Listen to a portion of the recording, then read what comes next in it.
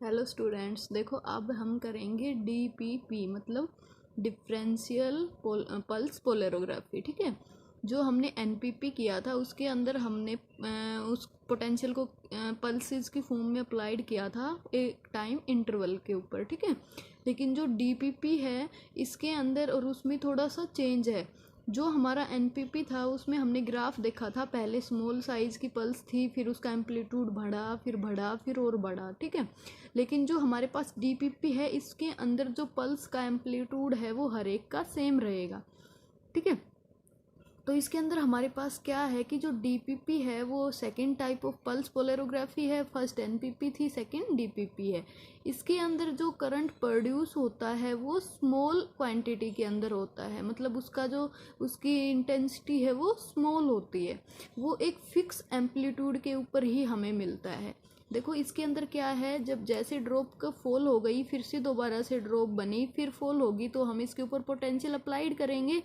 तो वो जो पोटेंशियल अप्लाइड करेंगे वो हम हर बार सेम ही वोल्टेज का अप्लाइड करेंगे। ठीक है, तो इसको हम ऐसे भी बोलते हैं कि एक जो हमने पल्स अप्लाई की दूसरी भी हमने उसके ऊपर सुपर इम्पोज कराई, मतलब सबकी वोल्टेज सेम है, सबकी इंटेंसिटी सेम है, तो हम एक के ऊपर एक, एक के ऊपर एक, एक के ऊपर एक ऐसे उनको सुपर इम्पोज करते रहते हैं।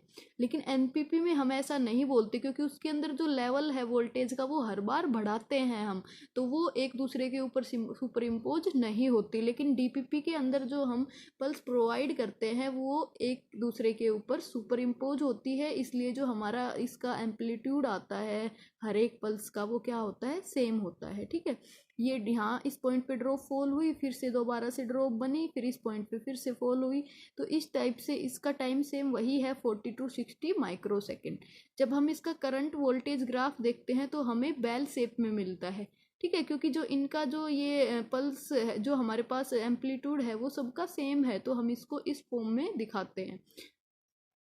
नेक्स्ट के अंदर है इसमें कि जो ये ग्राफ की एक्सप्लेनेशन है इसमें, फिर देखो ये ग्राफ की एक्सप्लेनेशन ही है कि ड्रॉप का टाइम क्या है 40 to 60 माइक्रोसेकेंड। जो एम्पलीट्यूड आता है वो हर एक में फिक्स आता है हमारे पास। ये क्या है, सुपर इम्पोज करती है ना। एक जो डीसी पोटेंशियल रैंप है उसके वो क्या है, एक लीनियर ग्राफ है ना, लीनियर है, तो इसमें एक पल्स के ऊपर दूसरी पल्स सुपर इम्पोज करती है। फिर जो हमारे पास डीपीपी है, मेजर पॉइंट क्या है इसका, मेजर पॉइंट क्या है कि जो रेजिडुअल करंट है is eliminate only faradic current is recorded. Residual current क्यों कैंसिल हो जाता है, एलिमिनेट हो जाता है कि एक के ऊपर एक पल्सेस जो हमारी आती है वो एक दूसरे को कैंसिल कर देती है। और इससे सिर्फ हमारा क्या होगा, कंसंट्रेशन के ऊपर तो ये डिपेंड नहीं करेगा क्योंकि इसकी कंसंट्रेशन पे तो कोई इफेक्ट होगा नहीं, इसलिए हम इसका फैराडिक करंट नोट करते हैं, एनालाइज करते हैं। जब एक करंट को एलिमिनेट कर दिया तो दूसरे को हम इजीली एनालाइज कर सकते हैं। ठीक है, तो एडिशन ऑफ डीएमई मतलब ये जो हम रिएक्शन करते हैं सारे ये हम डीएमई के अंदर करते हैं। अगर हम मरकरी इलेक्ट्रोड को यहाँ से हटा दें और इसकी जगह पे कोई और सॉलिड इलेक्ट्रोड यूज करें तो भी हमारे पास हम डीपीपी को एनालाइज कर सकते हैं। ठीक है, फिर इसके अंदर जो करंट और वोल्टेज के अंदर ग्राफ है वो बेल शेप ग्राफ आता है हमारे पास। ठीक है, फिर ये है कि जो हमारा डीपीपी है इसको हम रिवर्सिबल इरिवर्सिबल दोनों सिस्टम के अंदर यूज कर सकते हैं। Peak width is also increase during such process. जो पीक विड्थ है मतलब चौड़ाई है वो इसके अंदर बढ़ेगी, एम्पलीट्यूड कभी भी नहीं बढ़ेगा।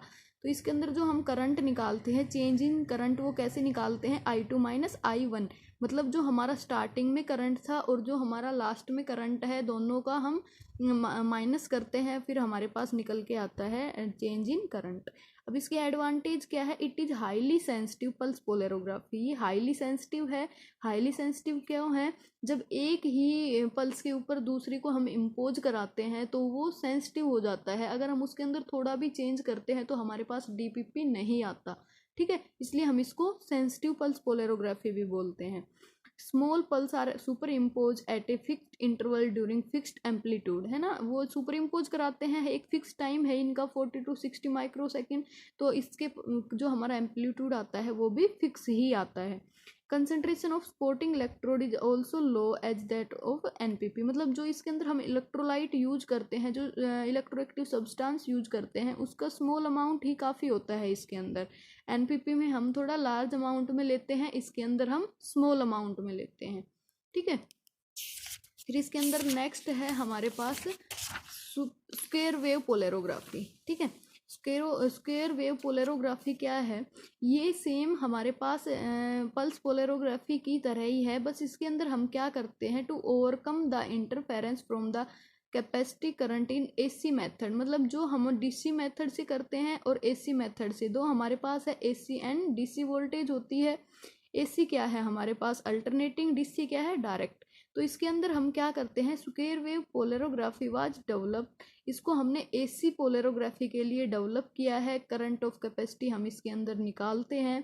इसके अंदर हमारा जो एम्पलीट्यूड आता है, एक स्मॉल एम्पलीट्यूड निकल के आता है एसी पोलैरोग्राफी के अंदर। ठीक है, और उसमें भी काफ़ी सारी वेरिएशन होती है। तो इस वेरिएशन को हटाने के लिए हम क्या करते हैं, जो हमारे पास वेव वोल्टेज है, सिग्नल्स हैं, उनको एक दूसरे के ऊपर सुपर इम्पोज करते हैं, या फिर हम बोल सकते हैं कि जो डीसी पोलैरोग्राफी, डीसी रैंप है या डीसी वोल्टेज है, उसके ऊपर हम इनको सुपर इम्पोज कराते हैं। Current is measured just before the change in sign of the signal. ये सेम वही है जैसे हम हमारी डीएमई के ऊपर जो उसकी ड्रॉप डिसलोडेड होती है, उस टाइम पे हम वहाँ पे करंट डेंसिटी को नोट करते हैं। तो यहाँ पे भी वही है कि जो हमारा चार्ज है, जैसे चार्ज चेंज होगा उसी टाइम पे हम सिग्नल को मेंटेन करते हैं या फिर उसको एनालाइज करते हैं। चार्ज चेंज होने का मतलब क्या है, जैसे मरकरी ड्रॉप आके उस सॉल्यूशन के अंदर गिरेगी तो उस सॉल्यूशन का चार्ज डिसबैलेंस हो जाएगा या फिर चेंज हो जाएगा, और उस टाइम पे हम उसका करंट निकालते हैं। Improve in the sensitive is achieve by the method and difference in the current is calculated by subtracting the current measured on the reverse cycle. इसका कहने का मतलब क्या है कि जो हमारे पास इस सबसे सेंसिटिव हमारे पास डीपीपी है, डीपीपी डिफरेंशियल पल्स पोलैरोग्राफी। लेकिन जब हम स्क्वायर वेव पोलैरोग्राफी को भी सेंसिटिव बनाना चाहें तो उसके लिए हम क्या करते हैं, है ना, इम्प्रूव इन सेंसिटिविटी। उस हम क्या करते हैं, जो हमारे पास डिफरेंस कैलकुलेट होके आता है, जो हम कैसे निकालते हैं, I2 माइनस I1। मतलब जो हमारी एक साइकिल है, रिवर्स साइकिल है, उसका स्टार्टिंग का करंट माइनस बाद वाले करंट माइनस स्टार्टिंग वाले करंट से जो हमारे पास डिफरेंस निकल के आता है, उससे हम इसकी सेंसिटिविटी को बढ़ा सकते हैं। और जो इससे हमारा करंट निकल के आता है वो किस शेप में निकल के आता है, पीक शेप करंट की फॉर्म में निकल के आता है। ठीक है, ये हमारे पास मेजर्ड सिग्नल का है, ये अप्लाइड सिग्नल का है, ये हमने मेजर कर रखा है भाई, ओवरऑल ऐसा होना चाहिए। लेकिन जब हम इसको ड्राइव करते हैं, जो अप्लाइड सिग्नल हम प्रोवाइड करते हैं, तो ये हमें ऐसे कैथोडिक और एनोडिक वेव में मिलता है। ये कैथोडिक वेव का है, ये एनोडिक का है। ठीक है, इसके अंदर भी देखो जो हमारा एम्पलीट्यूड है वो सभी का सेम है, और स्मॉल स्मॉल टाइम इंटरवल के ऊपर हम इसको देखते हैं। ये हमारे पास डीसी है, ये एसी है, डीसी के ऊपर हम एसी वोल्टेज को सुपर इम्पोज करा रहे हैं, इससे हमारे पास स्क्वायर वेव पोलैरोग्राफी निकल के आती है। ठीक है, फिर हमारे पास है जो हम इसमें करंट देखते हैं वो कौन कौन सी इलेक्ट्रोड के बीच में देखते हैं, working electrode and reference electrode. Reference electrode के लिए हम SCE यूज कर सकते हैं, सैचुरेटेड कोलमल इलेक्ट्रोड, या फिर कैलोमल इलेक्ट्रोड हम यूज कर सकते हैं।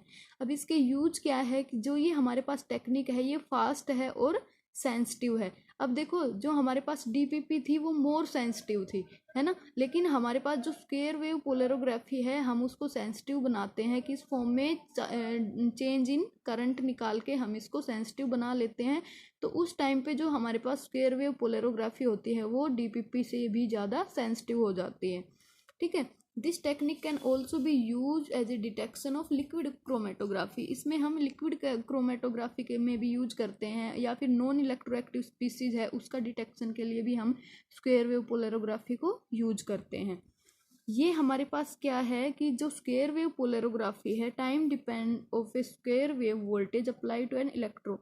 जो हमारे पास इसके अंदर हम टाइम है, ये हमारे टाइम डिपेंडेंट है, ये जो हमारी पूरी पोलैरोग्राफी है ये टाइम डिपेंडेंट है, और क्या है, वोल्टेज डिपेंडेंट है। वोल्टेज हम इसको प्रोवाइड करते हैं तभी हमारे पास करंट निकल के आता है। तो जो हमारा इसका डेल एनर्जी का जो ग्राफ है अगर हम वो निकालें तो हमारे पास ये ऐसे वेव की फॉर्म में है। ये हमारे पास एम्पलीट्यूड है, ये टी टाइम T1 है, T2 T3 है। तो जो हमारे पास ये टाइम है ना, इनको हम स्विचिंग, जैसे हमने क्या किया यहाँ पे हमने उसको स्विच कर दिया, फिर यहाँ से हमने फिर से ऑन कर दिया, तो ऐसे हमारे पास इसका ये ग्राफ निकल के आता है। फिर इसके अंदर इसकी एप्लीकेशन है कि स्क्वायर वेव पोलैरोग्राफी की एप्लीकेशन कौन कौन सी है। फर्स्ट है calculation of current with periodically change square wave voltage, कैसे हम इसको निकालते हैं। यहाँ पे देखो थोड़ी मिस्टेक है, यहाँ पे ये टी नहीं है, ये यहाँ पे हमारे पास आई है, I2 माइनस I1, ठीक है। तो जो हमारे पास इंस्टेंट है, जो मतलब करंट है एक छोटे स्मॉल टाइम के ऊपर, उसको हम कैसे निकालेंगे। इसके अंदर हम रिवर्सिबल इलेक्ट्रोड प्रोसेस को यूज करते हैं, मतलब एक बार जो इलेक्ट्रोड हम यूज करते हैं उसको हम बार बार इसके अंदर यूज कर सकते हैं। तो इसका जो हमारा करंट निकलता है वो क्यूटी की इक्वेशन के थ्रू हम निकालते हैं। इस इक्वेशन के अंदर क्या है, एम है हमारे पास number of cycle passes during the time of experiment, मतलब जो एक्सपेरिमेंट का टाइम है उसके अंदर से हमने कितनी बार वोल्टेज उसके अंदर से प्रोवाइड की है, उसको वोल्टेज दी है, कितनी वेव हमारे पास निकल के आती है, तो वो हम एम से डिनोट करते हैं। I1 एंड I2 हमारे पास मीन करंट है, एक फाइनल करंट है, एक इनिशियल करंट है, ठीक है। ये एप्लीकेशन है इसकी। नेक्स्ट है kinetic current at planar and stationary spherical electrode, कि जो हमारे पास काइनेटिक करंट हम किस में देखते हैं, काइनेटिक करंट हम मूविंग सब्सटेंस के अंदर ही निकालते हैं, लेकिन यहाँ पे हम स्क्वायर वेव पोलैरोग्राफी की हेल्प से हम स्टेशनरी और प्लेनर इलेक्ट्रोड के थ्रू भी काइनेटिक करंट को मेजर कर सकते हैं। ये हमारे पास Weber derived formula for the current, एक साइंटिस्ट है वेबर, उसने इसका फॉर्मूला ड्राइव किया था, जिसके थ्रू हम इसके अंदर जो केमिकल रिएक्शन होती है उसको रिकॉर्ड करके इसका काइनेटिक करंट को निकाल सकते हैं।